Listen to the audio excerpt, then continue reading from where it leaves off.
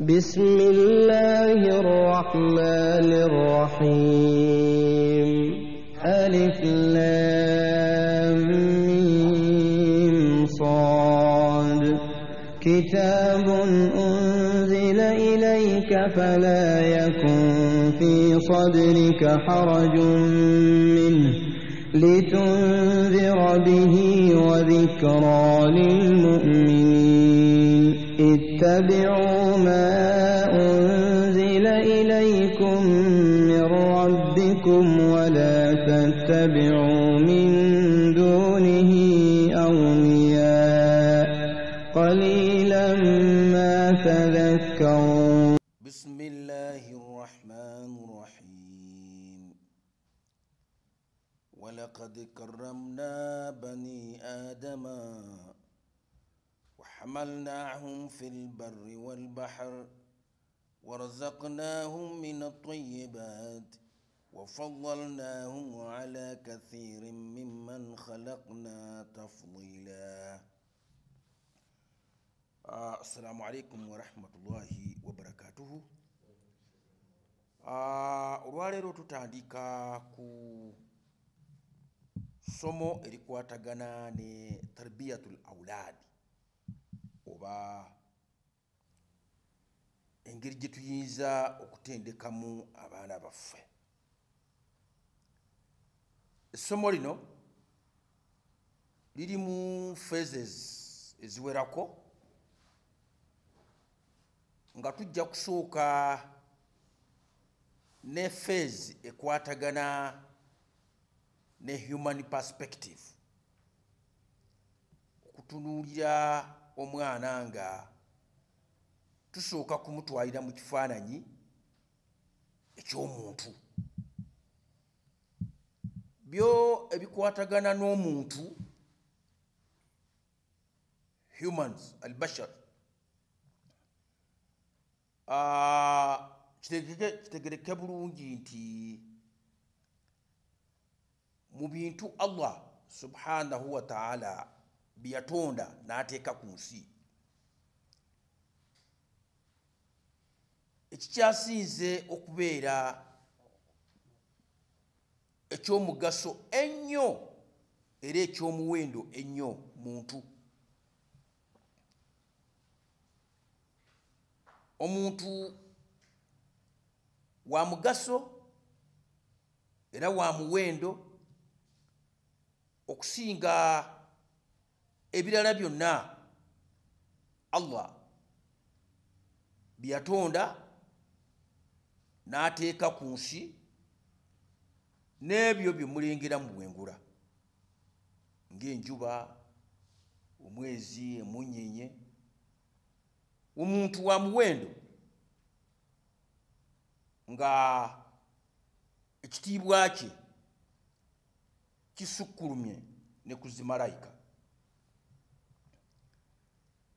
Allah subhanahu wa ta'ala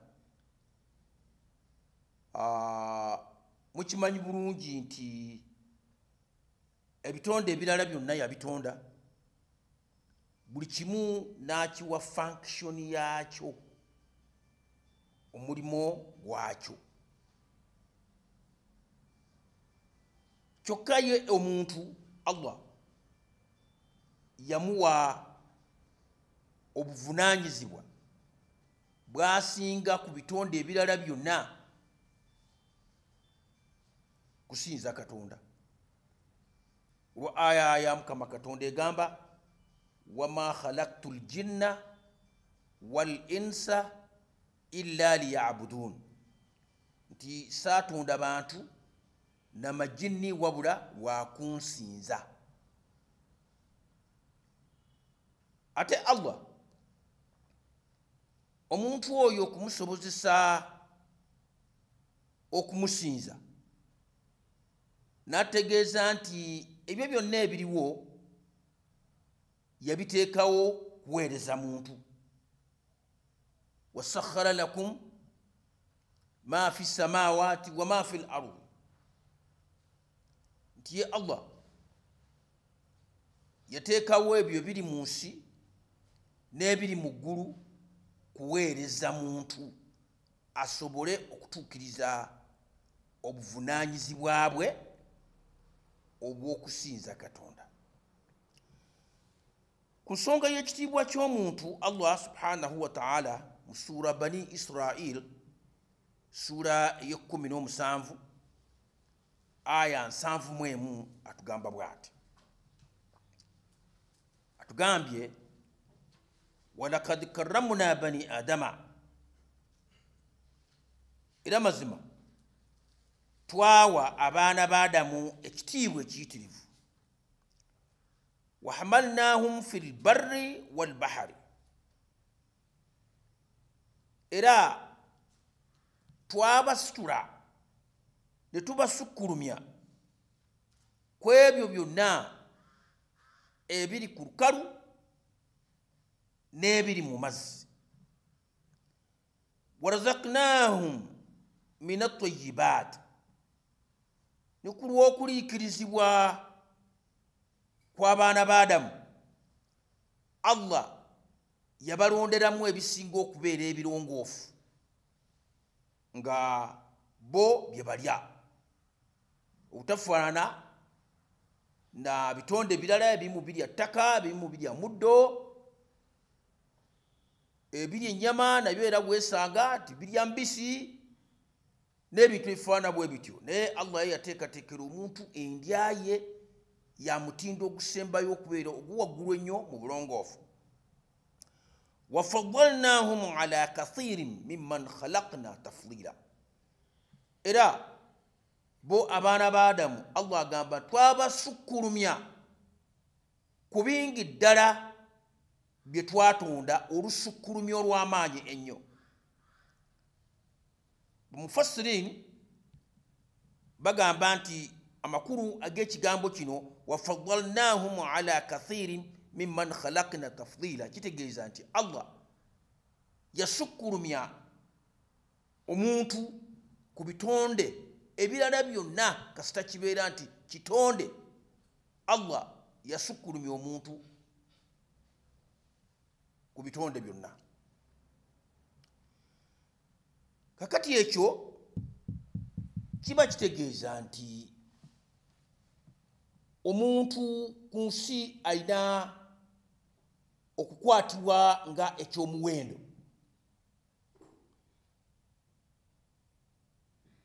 Era eno y'ensonga lwaki we tugendako mu ssuura ey'okutaano, Allah aya 33 essuula ey'okutaano tutuukeyo, aya 33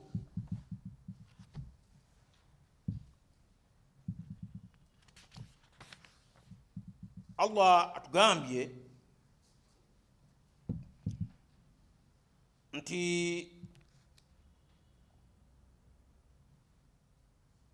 waliwo obutakkaanya wakati w'abaana ba Adamu nga bwe muzze musoma mu Bayibuli ne mu Quran nti Abel ne Kain baafuna obutakkaanya, era nga obutakkaanya obwo buli human. Abantu batera okufuna obutakkaanya, si kipya, oba baluganda oba bamukwano oba bafumbo mu maka, bwe obutakkaanya bubaawo olw'okuba Allah yatonda omuntu nga mental capacity ze zeeyongera okusinziira ku information imparted and received, kusinziira ku kumanyisibwa omuntu kw'aba afunye n'engeri gy'aba akukuttemu. N'olwekyo kyangu nnyo okusanga ono ekintu kyekimu akitegedde okusingako oli, n'oli ate n'asingako oli. Si ekyo kyokka, ate human mental capacity eri creative. Obwongo bw'omuntu bwo buyiiya obutafaana bitonde birala. Nolwekyo okuyiiya okwo sometimes kuleetawo differences kuba buli omu alowooza bubwe. Nolwekyo kwokwawukana mu ndowooza kya bulijjo, it is human. Naye Allah atulaga ekyafaayo ekyaliwo wakati bw'abaana ba Adamu ababiri baafuna obutakkaanya. Omu mu byonna bye yali asobola okukola yalowooza kutta munne. Yalowooza okutta munne. Bw'atyo n'amutta. Kakati ku nsonga eyo Allah atutegeeza nti min ajali dhaalika, olw'ekikolwa ekyo oba olw'ensonga eyo ey'omuntu okuluubirira okusaanyaawo human life, okutta omuntu, okujja obulamu ku muntu munne, katabna ala bani Israila, lyawandiikibwa nga tteeka kuviira ddala ne mu baana ba Isirayiri. Muleme kulowooza mummwe mwekka, wabula kuviira ddala mu baana ba Isirayiri. Annahu, nti ddala, man katala nafsan bighayri nafsin aw fasad fil ard,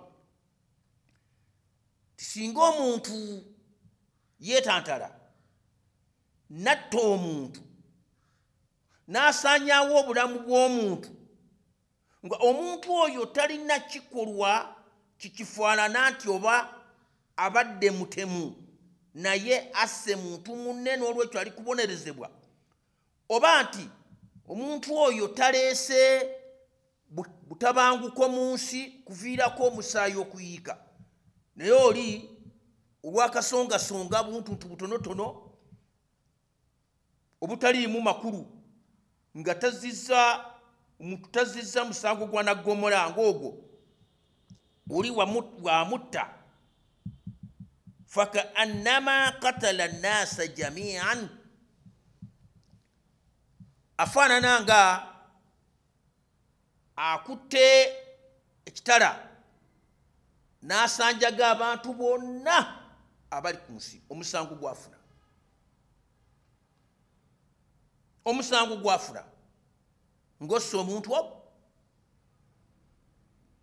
biduuni sababu, watali nsonga almaalumu etegerekeka eyogeddwako wano, nti omuntu tali kwesasulizibwako olw'okuba naye asse omuntu omulala, kuba bwatta omuntu kijustifyinga naye okuttibwa, oba okuba nti aleese obutabanguko mu nsi obujja okuviirako abantu bangi okuttibwa, alyoke asalirwa ogw'okufa olw'okutaakiriza abalala. Naye okuttibwa obwemage obeera nga asse abantu bonna mu nsi. Waman ahyaha, ate n'oyo aluubirira okukuuma obulamu bw'omuntu omu bw'ati, afaayo okutaasa obulamu bw'omuntu omu bw'ati, fakaannama ahya nnaasa jamia, abeera nga ataasizza obulamu obw'abantu bonna abali ku nsi. Why so? Kino kye kituleeta mu subject matter eya human capacity, human resource, abamu kye muyita human power. Nti Allah yateeka mu muntu capacities, first of all zenkanankana, kisinziira ku buli muntu ngeri gy'aba azikulaakulanyiza, ate nga capacity ezo zizingiramu obusobozi bwonna ebitonde ebirala bye bulina. omuntu alina zitalanta ezo. Nolwekyo destruction of one human being, okuzikiriza omuntu omu, oba ozikiriza talanta zonna, olw'okuba omuntu alina capacity infusing those talents in the others, okuteeka talanta ze n'aziyigiriza abalala ne capacity ze. Kakati olujegere olw'okugasibwa ne lugenda nga lugaziwa. Omusomesa abeera omu n'asomesa abaana abo 100, nabo ne bagenda basomesa, buli omu n'asomesa 100, n'abo basomeseza. Labaawo engeri obuyigiriza obwo gye buyinza okuzingako ensi yonna, naye nga buvudde ku muntu omu yekka. Kaakati omuntu oyo omu bw'omutta, kiba kitegeeza nti ozikiriza abantu abalala bonna. You have deprived the whole world of his capacities and talents. Kubaye asobodde okuyiiya okwo kwandibadde kwa mugaso eri ensi yonna. N'olwekyo Allah atulagira nti omuntu si kintu kya kumalagazanyirako, kuba kintu kya muwendo nnyo ddala. Bwe tuvaawo, aya eyo eriko endala nyingi ze tuyinza okusanga nga okutta omuntu mu Qur'ani entukuvu ne mu njigiriza ey'Obusiraamu kitwalibwa nga ekivve ekyesittaza era omusango ogw'amaanyi. Bino sobola okubisanga mu ssuura 18 aya 75. Ojja kusanga ensonga efaana bwetyo. Nibwogendako mu ssuura ya 20 aya 41, ojja kusanga ensonga bwetyo. Ogendako mu ssuura eya 28 eya 20, ojja kusanga ensonga efaana bwetyo. Ate nibwogendako mu ssuura y'okuna aya 30, ojja kusanga ensonga bwetyo. Ne mu aya endala nyingi nga ekyokutta omuntu mu njigiriza ey'Obusiraamu, mu njigiriza eya Qur'an, kitwalibwa okubeera ekivve eky'amaanyi era omusango ogwa naggomola. Bwe tugendako mu ssuura y'omukaaga,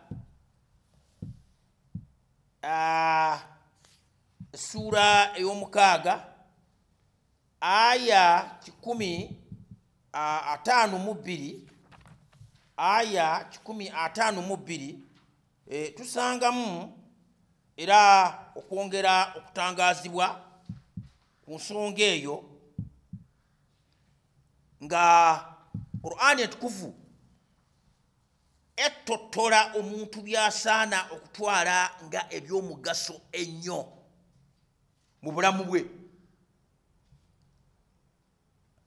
Sura y'omukaaga, suratu Al-An'am, aya 125, Allah atugambye bw'ati: Qul, abantu bagambe, ta'alawu mujje, atilu ma harrama rabbukum alaykum, mbattotolere, mbasomere, mbannyonnyole ebyo Allah bye yabaziyiza mmwe abakkiriza okukola. Ekisooka, alla tushiriku bihi shay'an, temwetantala, temukola nsobi kugattika kirala kyonna ku Allah, kuba ogwo omusango gwa naggomola. Allah subhanahu wa ta'ala agamba, inna Allaha la yaghfiru an yushraka bihi wayaghfiru ma duna dhalika liman yasha. Nti ye Allah tasonyibwa muntu kumugattikako kirala kyonna, naye ayinza okusonyiwa ekisobyo ekirala kyonna omuntu kyaba akoze. Naye ekya shiriku billah nkiyita nakwesiriwaza, omuntu neyeesiriwaza n'abaako nekyasinze ebbali wa Allah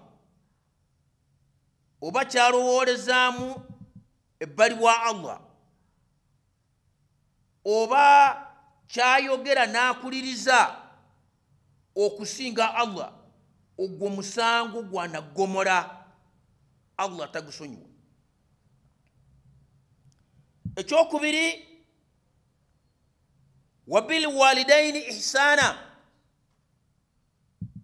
n'okukolera abazadde ebirongoofu. Abazadde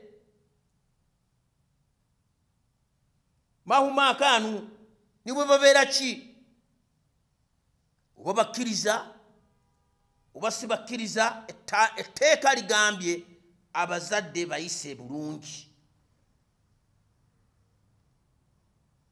Olukusa lw'oweebwa luli nti wa in jahadak ala an tushrika bi ma laysa laka bihi ilm fala tuti'huma. Singa abazadde babanga bakuwaliriza bakukaka oyingire ebya shiriku, ebyokugattika ebirala Katonda, awo Allah wakuweeredde olukusa obutabagondera. Naye nga mu birala byonna wasahibuhuma, beera nabo fi duniya maarufa, mu ebyo ebintu by'ensi ebitegerekeka. Ekyo ekyokujolonga abazadde Allah akituzizizza fe abakkiriza, kya muzizo. Ekirala, wala taqtulu awladakum min imlakin, era temutta baana bammwe nga mwekwasa obusongasonga, gamba nga obwavu n'ebirala ebifaana bwe bityo. Nahanu narzukum wa iyahum, kubanga ya Allah yakola enteekateeka ku nsi emala ggwe okuliikiriza n'okunywekereza wamu n'ezzadde lyo. Nti okuzikiriza ezzadde kirimu amakulu agawera. Mubaamu obutabaliisa, obutabanywesa, obutabasomesa, generally obutabafuula ab'omugaso. Also is destruction, is killing of your children. Baana bo oba obaziise nga tosobodde kubawa ebyo bibasobozesa kukula kubeera mu nsi nga b'omugaso. Allah azinzeeko n'agamba nahanu narzukum wa iyahum, nti Allah agamba nti ye gwe yakuteekerawo enteekateeka y'okuliikiriza n'okunywekereza n'ezzadde eryo, kati nekisigala ggwe okutakula otakulira ezzadde. Noonya obusobozi bujja kufunika. Man jadda wajada, eyeewaayo n'afuluma n'alumba okufuna riziki halali Katonda amuwa. Gwe bw'otuula butuuzi awo n'otandika kuwozawoza, nze ndi mwavu, nze sirina busobozi, abaana tobaliisizza, tobanywesezza, tobalabiridde, tobasomesezza, ng'oli kuwozawoza mbu olw'okuba gw'oli mwavu. So nga gwe tobangako mwavu, omutwe gwo gwe guli kulimba nti oli mwavu. Kozesa omutwe gwo gugobeemu obwavu. Gwoli mugagga, Allah yakuteekako amaaso, yakuteekako amatu, yakuteekako ennyindo, yakuteekako omumwa, akuwadde ebigere, akuwadde emikono, akuwadde omutima, akuwadde obwongo, osobola okufumiitiriza, olaba n'owulira n'oyatuza n'akamwa ako, ate gwe weeyita mwavu. Si gwe mwavu, wabula omutwe gwo gwe guli kulimba nti gwe mwavu. Fuluma ojja kufuna. Ekirala Allah kyatuziza wano ng'abakkiriza atugambye wala takrabu lfawahisha ma dhahara minha wa ma batana. Tosemberera byambyone byonna, kabibeere bya lwatu oba bya munkukutu. Tosaana kusemberera byambyone, alfawahish walmunkar, ebyo byambyone n'ebitasaana tosaana kubisemberera. Si lwakuba gundi ajja kundaba, wabula beeramu n'omutima ogw'okwewalira ddala ebyambyone, kabibeere bya mu lwatu oba bya mu nkukutu, tewali mulala akulaba. Yani bwenziyenzi ng'obwo, buzezeze obwo, kyafu obwo, obwonna Allah abuzizizza abakkiriza. Wala taktulu nafsa allati harrama Allahu illa bilhaq. Era tokola nsobi yakujjawo okusaanyawo obulamu bwa muntu bwakutta muntu. Tokola nsobi yakutta muntu. Kuba ekyo Allah yakiziza okujjako nga waliwo ensonga etwayogeddeko nti man katala nafsa au fasadu fil ard, nti ye mwennyini alina gwasse oba aleeseewo obutabuzitabuzi. Singa omuntu aba atagwa mu ttuluba eryo, aweebwa ekibonerezo ekirala ekitali kyakuttibwa. Ekyo Allah kyayise wano bilhaq, waliwo ensonga enyinyonyofu gye nva okubategeeza. Awatali ekyo safiku ddima, okuyiwa omusaayi, ekyo kiri haramu eri omukkiriza. Dhalikum waswakum bihi, ebyo Allah byabalamira, byabakalaatira, byabakuutira, la'allakum ta'qilun, olwo nno mubeere abantu abakozesa amagezi mu byonna bye mukola, nga mumaze okuteeka mu maaso gammwe biki eby'omuzizo, the do's and the don't do. Ebintu ebyo kisinga oteeka mu maaso n'ofokasinga nga already mu programu yo omanyi ebyo by'otasaanidde kukola n'ebyo by'osaanidde okukola. Kikuwa omukisa gwe okukozesa obwongo bwo bw'oba nga olina by'okola mu bulamu. Ebimu ku ebyo tulabyemu ensonga ekwatagana n'omuntu, obulamu bwe, protection of life, okukuuma obulamu bw'omuntu, ate specifically n'ezzadde nalyo lyogeddwako nga we tulina okulikuuma. Ekintu ekyo kikulu nnyo.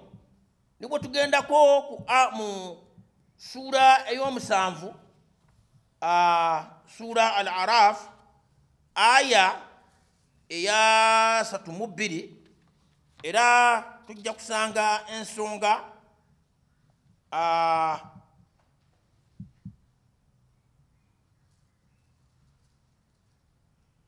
aya sura 17 raba, sura yo 17, suratu Bani Israil, sura Bani Israila, aya eya 32, sura Bani Israila, sura 17, aya eya 32 tugambye wala taktulu awladakum khashyata imlaki,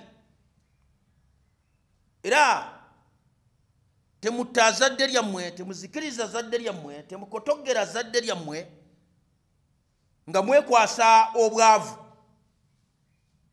nahnu narzukum wa iyyakum kubanga Allah agambye nti ye yakuteekerawo obusobozi n'omukisa gwe gw'okubanga oliikirizibwa n'ezzadde nalyo ne libanga liriikirizibwa.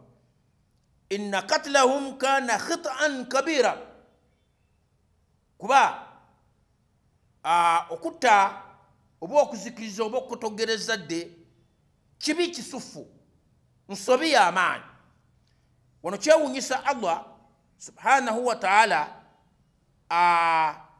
takozesa kigambo ithmu kabir nti kibi kinene, agambye khit'un kitegeeza ensobi nga repercussion, athar, impact, effect ey'ekibi ekyo ne ku nsi kuno otandikirawo okukifuna mu bulamu bw'ensi okifunirawo ensobi ey'okutogera ezzadde. Ensobi eyo ogirabirawo mu bulamu ng'okyaliwo. Lwaki? Kuba mbagambye nti mu kisinga okubeera eky'omuwendo ku nsi Allah kye yatonda ye human being, ye muntu. Omuntu wa mugaso nnyo, wa muwendo okusinga ebirala byonna. N'olwekyo togalabanja bulamu bw'abantu, tozannyira mu bulamu bw'abantu.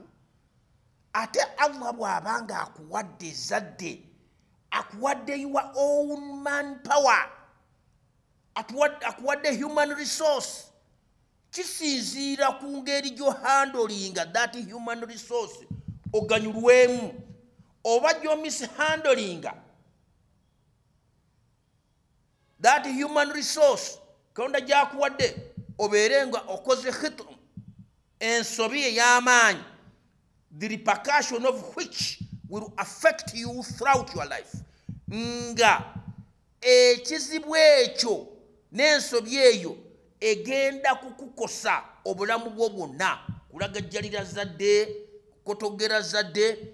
Abamu batuuka ne ku ddaala ery'ekitumbaavu mbu kusaddaaka baana baabwe, n'awaayo abaana be mbu simanyi lwakufuna bugagga, n'owaayo ekyomuwendo mbu ofune ekitalina mugaso. Sente kyeki wobeera n'ekyomugaso ky'olidde oteeka mu lubuto, fayinali ogenda mu toyi n'okikasuka. Ne sente nazo tosobola kubeera nazo, wabeerawo ekyetaago ozigoba mangu n'ozikasuka, just like how you go to the toilet and throw away najisi, n'ozikasuka n'ofuna kiri ekyomugaso. Kati laba omuntu ngeri gy'akwata ezzadde omwana we ekyomuwendo ennyo. Katonda kyayogeddeko nti walakad karramna bani adama, twawa omuntu ekitiibwa kiyitirivu kisinga ebiri mu ggunda ebiri mu nsi byonna Allah byatonda. Gwe ekyo n'okisaddaaka ofunemu ekintu nga sitatasi yakyo bi, oba olimu amagezi. Inshallah tujja kgenda mu maaso nga tulondoola series zino ezikwatagana ne tarbiyat aulad. Eyo badde background okubawa ezzadde kye twogerako from human point of view, nga omuntu otegeera obuzito obwa omuntu, ekitiibwa kye, osinziira awo olyoka otunuulire ezzadde lyo. Akaana akawere k'ozadde akakyalina n'olulira, tegeera ki omwana oyo kikyali kintu kya muwendo nnyo, kutuukira ddala ku musajja oba omukazi omukulu gw'okuzizza, kintu kya muwendo nnyo ekitasaana kugalabanjibwa. Assalamu alaikum. Salli ala nabiyina, salli ala Muhammadin